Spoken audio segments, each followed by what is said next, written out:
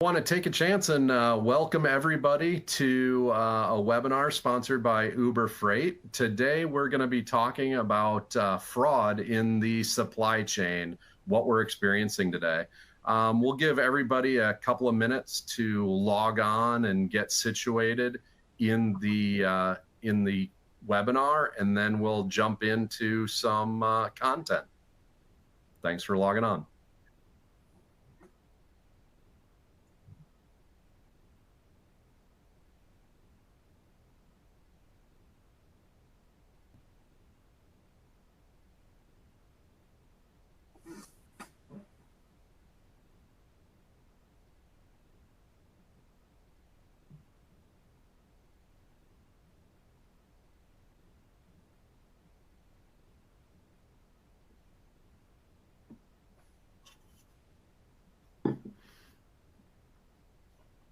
We'll give it about another 30 seconds and then we'll get rolling into our presentation for today.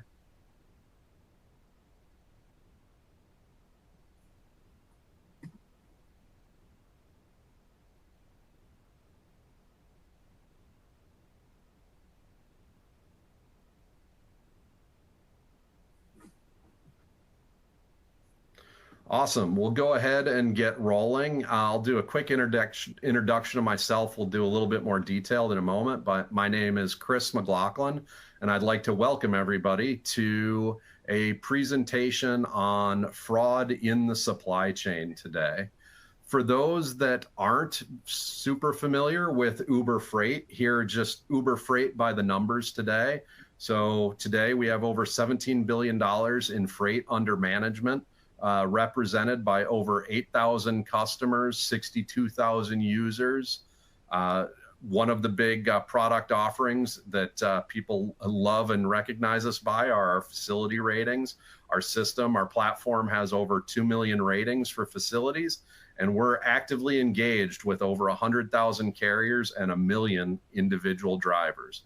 So enough about Uber Freight. Let's jump into our agenda for today. First of all, again, welcome everybody to the presentation today about fraud.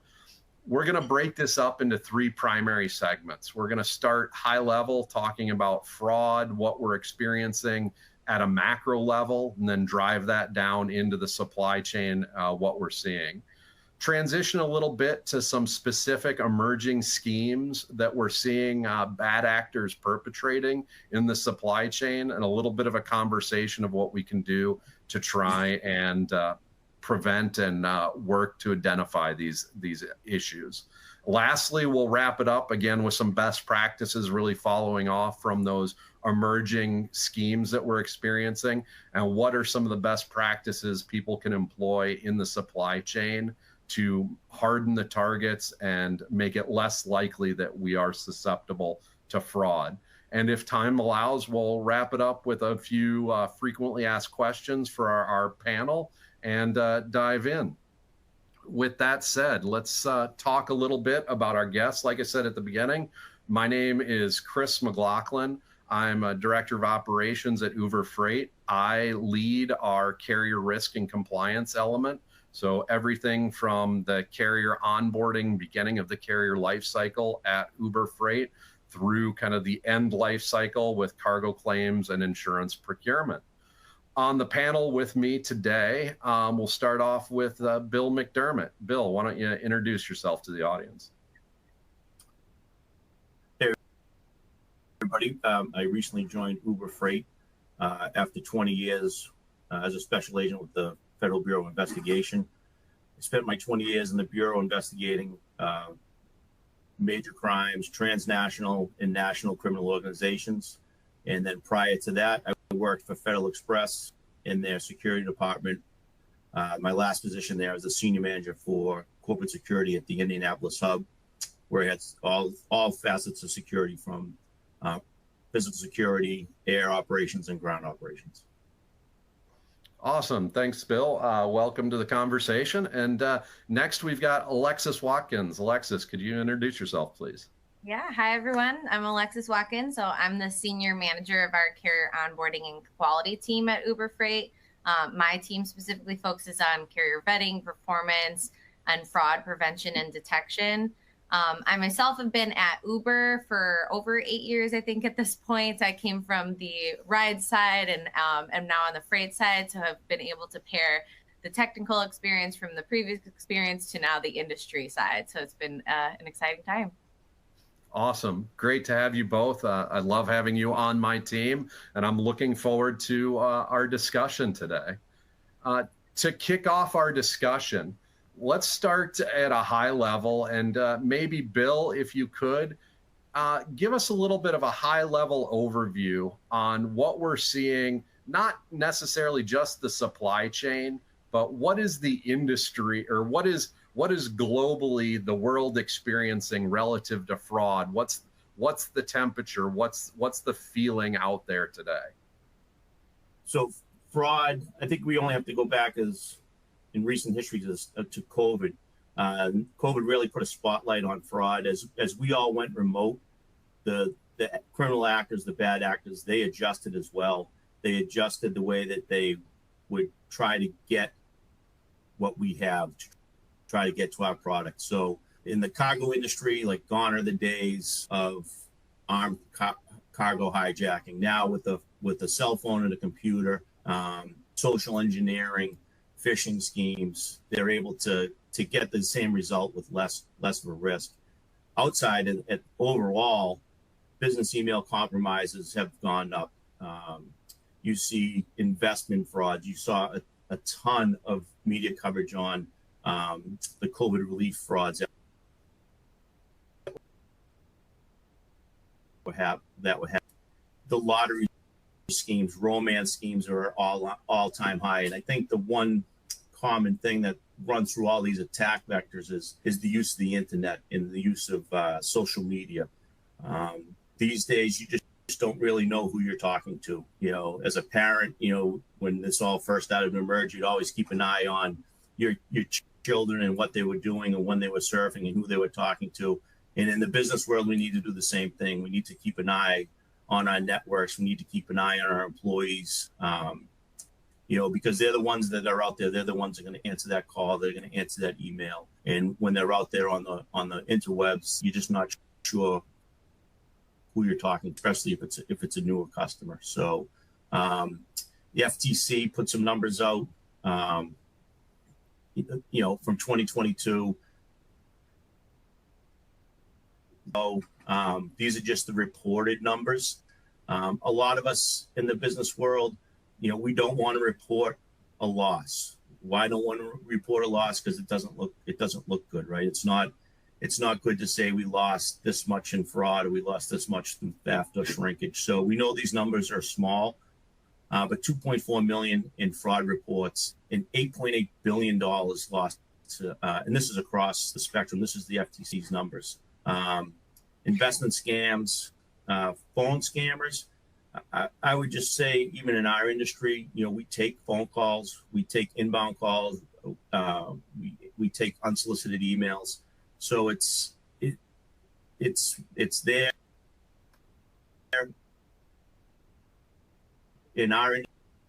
The bad actors, the criminal organizations, you know, they know. They collaborate. They're out on the dark webs talking about, you know, what's the best way to defeat this? What's the best way to get behind this firewall? What's the best way to attack this type of situation? So it's it shouldn't come to a surprise to us that these numbers are high. And I think they're just going to continue to as the globe shrunk. Wow, it's a scary world. Yep, sorry, go ahead. I was going to say, it's definitely a scary world out there, and it's fraud is not just in the supply chain, as you're mentioning. I think we see it every night on the nightly news, different schemes, but it's definitely, like you said, that transition that we're experiencing with the digital area in all things. It's really opened up a Pandora's box, if you will, for the criminal element. Maybe shifting gears a little bit and getting more specific within fraud in the supply chain. Can you talk a little bit, Bill, about what we're seeing, kind of what the supply chain is experiencing of late relative to fraud? So it's again, we'll go back in a short to the beginning of COVID. We all saw the media coverage of like the ports all backed up. All that freight was backed up because there was no way to get it off the ships or off the docks. And criminals are opportunists, and they saw that as an opportunity. Right now, cargo theft is at a 10-year high. It could be at an all-time high, depending on who you ask. And again, the numbers are deflated. Not everything gets reported. We work very closely with an organization known as CargoNet, and they track some of this information, and they have it as almost a 700% increase in cargo theft, and I think since 2018.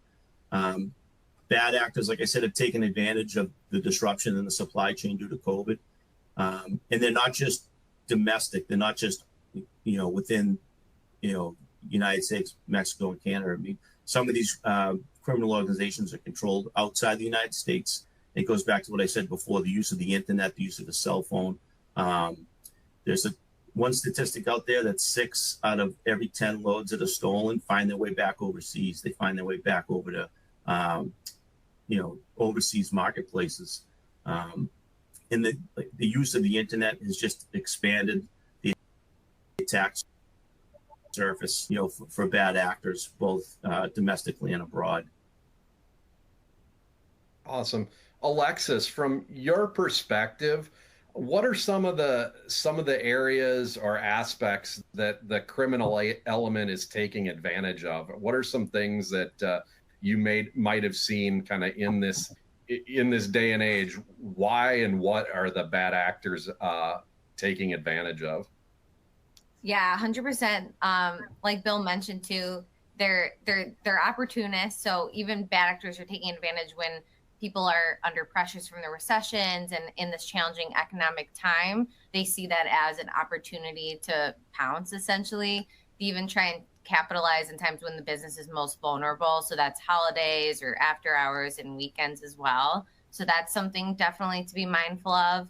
And then like Bill mentioned as well, advancements in tools online have enabled potentially more scalable fraud schemas to emerge. The rise in digital advancements is often paired with a rise of online fraud types. And I would say even universally utilized sources such as FMCSA can be victims to this activity as well, with bad actors falsifying contact information and affecting the legitimacy of identity data through that source too. Absolutely. Yeah. Everybody is exposed. Data is online everywhere. It's definitely something where years ago you might be able to look at a data source and say, yep, it's a single source of truth and no need to double, triple verify. But now anything that's online can be used kind of against you, right? And it's definitely a constant battle that we're facing and combating. Maybe 100%. shifting gears a little bit, we've talked about kind of the larger scope, that it's not just the supply chain that's being impacted. Fraud isn't just a problem in the supply chain. It's a global phenomenon. It's a bigger issue, but maybe getting a little bit closer to our audience here. Could maybe you guys talk a little bit, and we'll start with Bill here, or I'm sorry, start with Alexis. Alexis, maybe if you could talk about one of the new schemas that we're seeing people perpetrate in the supply chain and some of the things that we're experiencing. Yeah, totally. Identity theft is a big bucket here. And that's where you see a lot of the new and sometimes sophisticated techniques. Some have existed for a long time, but things like cyber attacks, such as phishing scams or malware to extract data or load information, that's always existed, but it continues to evolve. It's very dynamic in the evolution. So you kind of have to be on your toes to understand what new techniques are being utilized in that space. There's things like phone flooding or, deceptively attempting to extract bits of information through contact with people on the phone. To get information about loads or carriers is another avenue to look out for. And then like we talked about with the rise of technological advancements, we're all very aware of the booming AI rise currently. And with tools like that, carriers can more easily and strategically falsify identities. They can make entire fake websites and build, a very believable guise to commit fraud with. Crazy. Well, one of the comments that you mentioned, kind of this discussion around phishing, is it just a one-off, one email here, one email there, or is it multiple conversations to multiple nodes? Can you describe that a little bit more in depth? Yeah, it's definitely what you're describing. Like, it will look and feel just like any other form of communication, because they learn their audience, they learn what's typical and normal, and they really understand how to blend in a lot of ways. So it's not something that is like one very clear point of contact. It's a constant evolving technique. Absolutely. Great points. Maybe shifting If I could gears just a throw little. something, if I could throw Yeah, something in real absolutely, quick. Bill. Oh, sorry, Chris. The other thing about this, the whole social engineering piece that people need to be aware of, like as well as we talked a lot about the online, but if you're running a distribution center in small town USA, and you're shipping high value product or highly desirable product, your employees need to be aware of, like, when they go to lunch, that person that will bump into them and say, hey, what goes on in there? What is it you guys are selling? Or, hey, you guys closed over the weekend? Because these bad actors, these bad groups, they play the long game. So, and they'll use the phone, they'll use the computer, but they'll also use a person to bump or to talk to people around your distribution center. That's why it's, some of the training you could, advise your employees, hey, take your ID off when you go to the coffee or you go to lunch. That way it just reduces that surface where someone could walk up to one of our employees and say, hey, what is it you guys have in there? And that whole social engineering, you always have to be aware of it. Yeah, absolutely. It's kind of a good call out, Bill, that even though we're in this digital era and we're kind of expecting the attacks to come through some digital means via email or our systems being hacked or something like that, I think it's very important for people to still be aware of kind of the old school, kind of in your face, in person, the surveillance, the getting employees, like you said, outside of the office, overhearing conversations, being aware of that. I think that's absolutely critical to understand. Shifting gears a little bit to a second type of scheme, maybe a little bit more traditional. Could you talk a little bit about pilferage scams and some of the other things that are directly affecting a lot of shippers these days? So pilferage scams they're a little bit harder to detect. If someone steals an entire truckload, like that truckload is missing, that's kind of easy to realize. Like the truck didn't deliver at the time and place it was supposed to. But how do you detect when, you're expecting 27 pallets and you get delivered 27 pallets, but it's not until you break down those pallets and get to the individual units where you realize you're missing 20%. They don't need to steal everything. They just need to steal what they need or what they want. Again, there are people out there in the dark webs, in the places that most of us don't go, where they'll say, hey, I'm looking for product A or I'm looking for product B, and if you pilfer part of that load, it reduces your time of discovery. If this was a cyber crime, it would be your dwell time. Like, your dwell time is increased, because by the time the pallet gets broken down to its individual units at the reception center or the distribution center, if you hit that pallet on a Thursday, Friday, Saturday, gets delivered on a Sunday or Monday, and then it's not broken down for 2 or 3 more days. Now you've got 10 days built into your time of discovery. And it just reduces our ability to backtrack and see where the loss occurred. And the other thing it does is it creates the,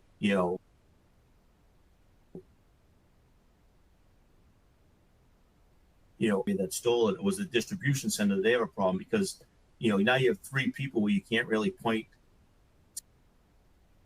to anyone occurred anywhere. And we'll touch on this later, but that's where collaboration and working together as one community comes in. A lot of times we'll get questions on, the truck arrived and the seal was intact. The bill of lading was great. I mean, a lot of these bill of ladings can be falsified. They're Word documents or PDFs, so that they can be altered. And the defeating the seals, we'll have a slide coming up. How that's, well, here it is right now. So, I mean, if you're looking at this right now, if you're in this industry, you're going to say, hey, that bolt seal is wrong. It's backwards. I could take probably a ½ inch, take that, be intact. So I think one of the things, and I guess we could talk about it further down the road too, is like you need that arrives, it's the old see something, say something. So if you see a latch that's like that, it might delay your time of departure, but your employees need to be empowered to raise this issue, say, hey, there's something wrong here. This truck could be tampered with, or this should be a clear indication of a potential problem. Not every truck, not every driver that has this is going to steal your load, but that right there is an indication of something could happen, and it's set up to happen. And one call out I'd add to, kind of like Bill mentioned, this is not unique to new carrier relationships either. Obviously, there is embedded risk there, but on the notion of carriers playing the long game, some carriers will build a long history of successful performance with you before this type of behavior is elicited. And maybe that's the long game, or maybe something changed on the back end with ownership. But it's something to be mindful of, because just because you might have a long history with a carrier doesn't mean that they're excluded from potential risk. Absolutely. I guess thinking about this from a shipping location perspective, Alexis, if an Uber Freight shipper had a truck arrive at their facility that had a nut and a bolt on their trailer ass, like these pictures show, instead of a rivet that can't be accessed, what would you suggest that shipper do? What should the shipper just be loading it and crossing their fingers, or what are some options that shipper should be contemplating? Yeah, I'll let Bill take that one. Yeah, I mean, like I said, it's if nothing else, whoever's in charge of that load, if it's a ramp agent or a dock agent, they should raise the issue and maybe do a little bit more documentation. Maybe even just bring it to the driver's attention, saying, hey, we noticed that your rivet's missing, and make note of it. That way, when it gets to the destination and they say, hey, we're missing something and the seal's intact, I mean, it's up to each shipper. If they're going to say, hey, we're just not going to load this truck, I guess that's a call that you would have to make. Yep. And that's where, I guess that's where I would, KYB. Yeah, that's where I would go with this perspective, is that from an Uber Freight perspective, I would be looking for that shipper to get in contact with Uber Freight, get in contact with their sales reps, send that communication in, and refuse the trailer. If they're in that market, in that situation, really communicating with us, creating that transparency, and having those conversations. And I think maybe that's a good segue from some of these individual experiences, these scenarios, these schemas that we're seeing, shifting a little bit to think about what are some of the best practices that we as supply chain practitioners, so shippers, motor carriers, freight brokers, receivers, I think we're all in this supply chain together. Maybe shifting gears, and let's talk a little bit about what are some of the best practices that supply chain practitioners can employ to try and fight against some of these frauds. Like we were kind of alluding to it with that trailer inspection, notifying your partners, working with your partners. If you see something, say something, I think was a conversation Bill had. Let's talk a little bit about what some of those processes are. And maybe Alexis, if you want to take one of the first defenses here and talk a little bit about what you think is a good best practice. Yeah, I think the more information, the better as always. So as you mentioned, with having customers collaborate with us and provide us information as early as possible, information is key here. But that also means leveraging any and all internal data sources available to comprise as robust of an overview of our users' identity and behavior. That all just helps tell a story that can better identify emerging bad actors. So, like, what pieces of information do we know about this person? What can we roll out to require even more identifiers at the start? What does their historical behavior show? Do we see, outliers in activity or sudden change in behavior, et cetera? And just to move on to our second one too, I think in addition to internal data, there are really strong third-party providers that can offer different and valuable pieces of information. So tapping into those resources and also layering multiple resources for carrier vetting can provide even more confidence in carrier and user verification. One example there is Highway. It's a provider that can go deep on carrier qualification, in addition with partnering with TIA Watchdog and Triumph to flag carrier behavior that can be suspicious or risky. And Bill, I think you might have some more details on even more third-party vendors that can be useful. Yeah, I mean, the biggest thing, like the old adage is know your business, know your customers. I mean, you have to know.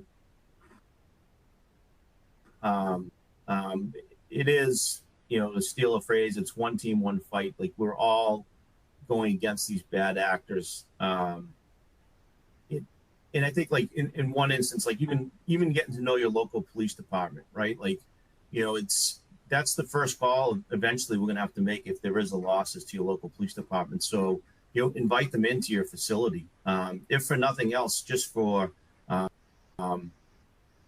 so they know how to get, if there's a reason, so you invite them in, you let them walk around, you let them see your facility, and then you make that connection so that when something happens, it's not just Jim from Acme. It's Jim. Hey, remember I met you that day. I need some help. And then when that police report's filed or that report is made, and then if you have your own internal security department, if you have your own loss prevention department, loss prevention specialist, and then they can reach out to someone like me that does the investigations for Uber, and then I can reach out to somebody at CargoNet, and I can say, hey, do you know somebody at this company? So these connections, this networking is invaluable. Like I said earlier, the bad actors are doing it. They're using dark web chat rooms. They're using, secure communication devices, encrypted communication to communicate, to figure out, where the weakest links are. And as an industry, we need to do that as well. This doesn't take away the competitive edge. You're still trying to get the best market share that you can, and you're still trying to be number one in the business.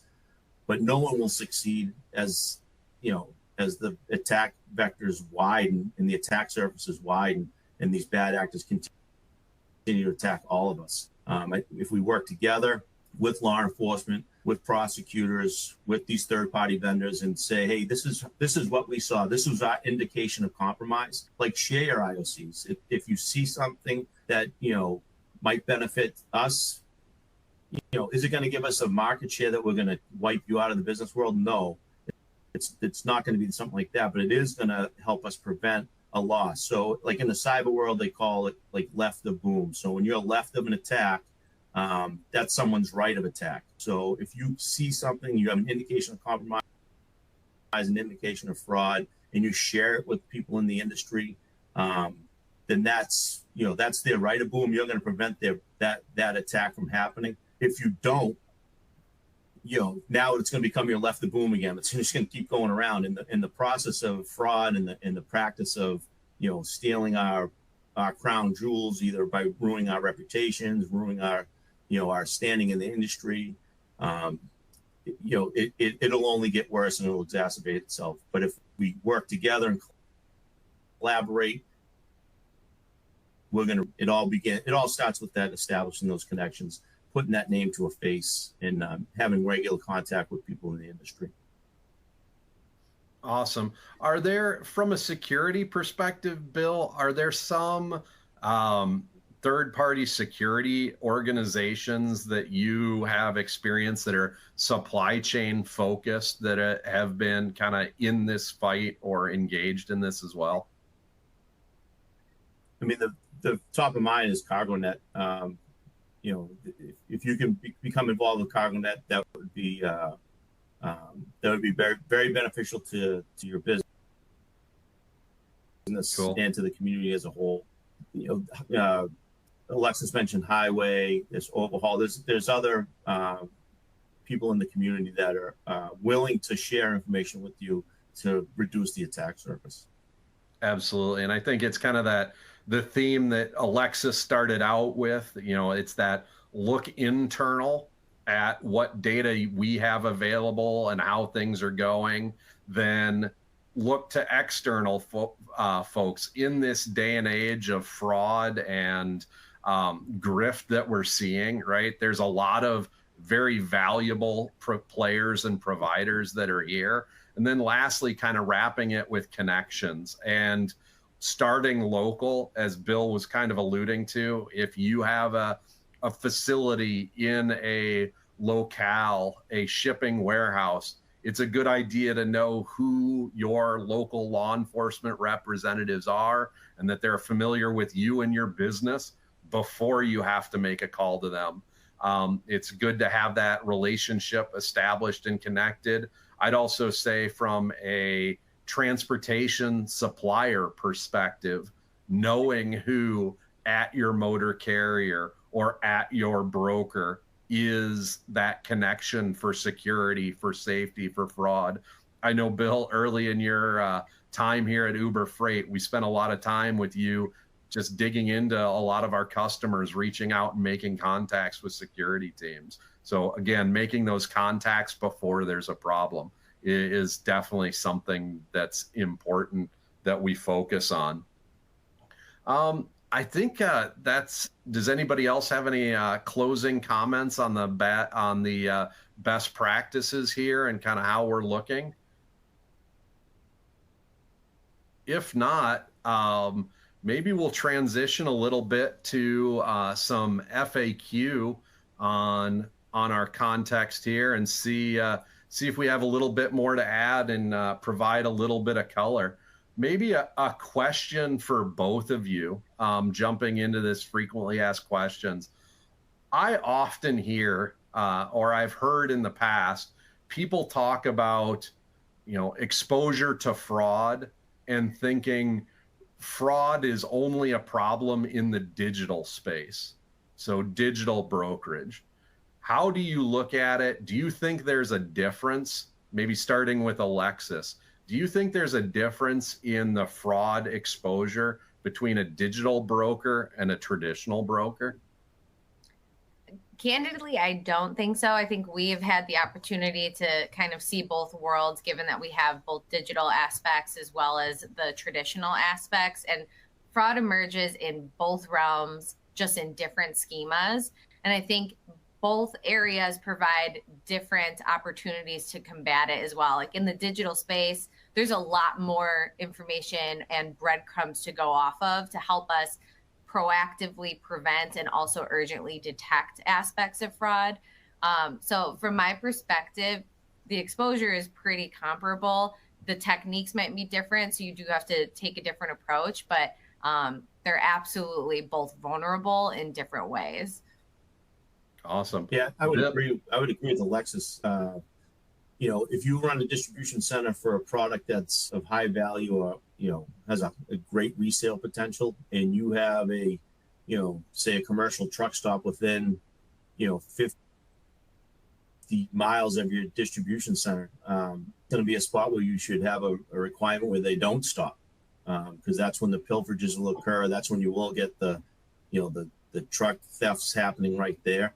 And that's, again, goes back to that social engineering where they don't even need the computer. They just know who you are, where you are, and what you're about, what your products are.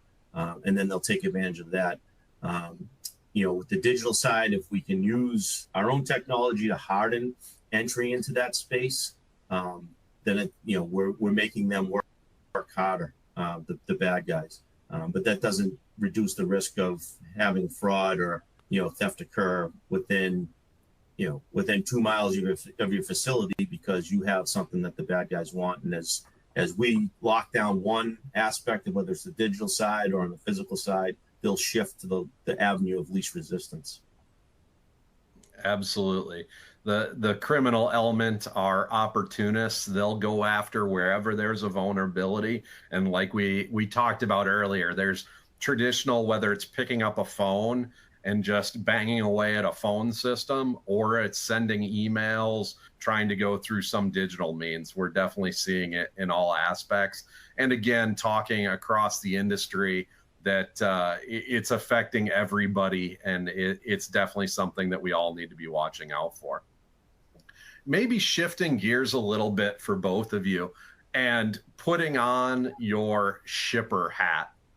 If you were engaged as a transportation planner, a transportation side at a shipping location, and you were looking to do business with a brokerage, what are some things that you would be looking for that brokerage is employing from a fraud and risk management perspective? What are some elements that you would expect a broker that you're going to engage with? What are some things that you would expect them to be going and doing with their business? Maybe Alexis, if you could kick us off.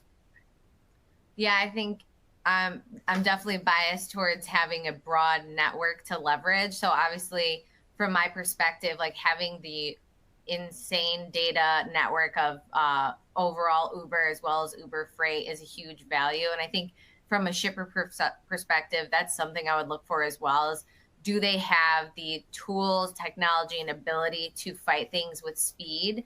And also, do they have a robust network of data and information to be able to track these things down? In addition, I would probably be looking for just really solid communication or really solid relationships to be able to show that we know our customers, we know our carriers, and we have an open line of communication to be able to continuously combat this and partner and collaborate where new schemas emerge so that we can work together to solve those. Awesome. Maybe Bill, how would you look at this problem? Yeah, I mean, I agree with what Alexis was saying. Like, if you have, if you're going into business with somebody and they do have a risk and compliance section, they do have an investigation section, and they're responsive. It's not just, like a fire to forget. Hey, I'm going to send you. I have a problem. And like I said a couple of times, it goes to know your business, know your customers. So like, know who you're dealing with. And if you're dealing with a broker that, says one thing and does another, then, that should be a red flag. If you're dealing with somebody that, like what you said, Chris, like we're saying, if this truck shows up and it doesn't look right, don't load it, call us. You have someone that's willing to sacrifice, on time service, on time delivery, on time departure, to make sure that your freight's in good hands. And I think that's, that comment that you made, speaks volumes for what we do here at Uber Freight. Absolutely. And even going back to our elements, kind of the top things that people should be looking at is that relationship and that transparency, right? If you're engaging a broker, you should understand that, do they have a compliance team? Do they have people that have dedicated roles to battling fraud and to trying to make the supply chain overall a more safe place to operate in? And lastly, I'd put it to the transparency aspect of it as well. If there's a broker out there or a transportation provider, a motor carrier that says, hey, fraud isn't a problem, I think that's one of your first red flags. I think we need to be transparent, and we have to all be sharing with each other about what we're experiencing, what's going on, and be as truthful as you can when it comes to these issues. Maybe shifting and leveraging a little bit of your law enforcement background, Bill. Can you talk a little bit about how and what's the best way for somebody who's been a victim of fraud? What's the best way for them to engage, or how should they think about engaging law enforcement when they become aware of a fraud scheme? So I think the biggest thing is to not have your first engagement be, when you're the victim of a crime. Your local law enforcement, like I said, they can come out and do site surveys. I know my alumni of the FBI, they have the Citizens Academy, where people from the industry can get involved with the FBI, the local field office, and go to different sessions, briefing sessions, and classes. Homeland Security Investigations, they have similar networks. CISA.gov, CISA, the Cybersecurity Infrastructure Security Agency. So if you're a cyber heavy and you don't have a relationship with them, you need to have a relationship with them because they can help you. But I think the biggest thing, if you put it in the smaller pictures, like your first time talking to your local law enforcement, local FBI, Homeland Security, shouldn't be when you're in the throes of a theft, you're in the throes of a cyber attack, you're in the throes of being a victim, because that's not the right time to try to make a relationship. You need to make those relationships early so that when you do pick up the phone, the name to a face, and it's going to make a very hectic time, a very time where everything seems to be going wrong. It's going to take that stress out because you know that person's going to answer the phone when you call them. Absolutely. Great advice. And I'm a little bit curious on how should a shipper, or how should a company think about the relationship between local law enforcement and federal law enforcement, so the FBI, and thinking about it maybe in that supply chain or a stolen load scenario. How are those two agencies going to play together, interact, or what should be an expectation of the two? So I used to get this question all the time. One, because you have an emergency, that's going to be your local law enforcement's going to be the first responders. They're the ones that are going to come out there and assess the situation right now. Law enforcement agencies constantly. So if you have a loss of a shipment, and it crossed the state line, now you interstate transportation of a stolen property. That's when the FBI can get involved.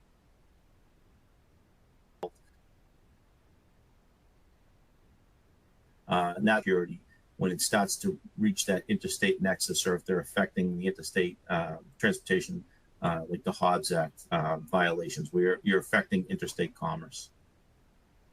Awesome. Great advice. Alexis, maybe if you could wrap us up here with one final question.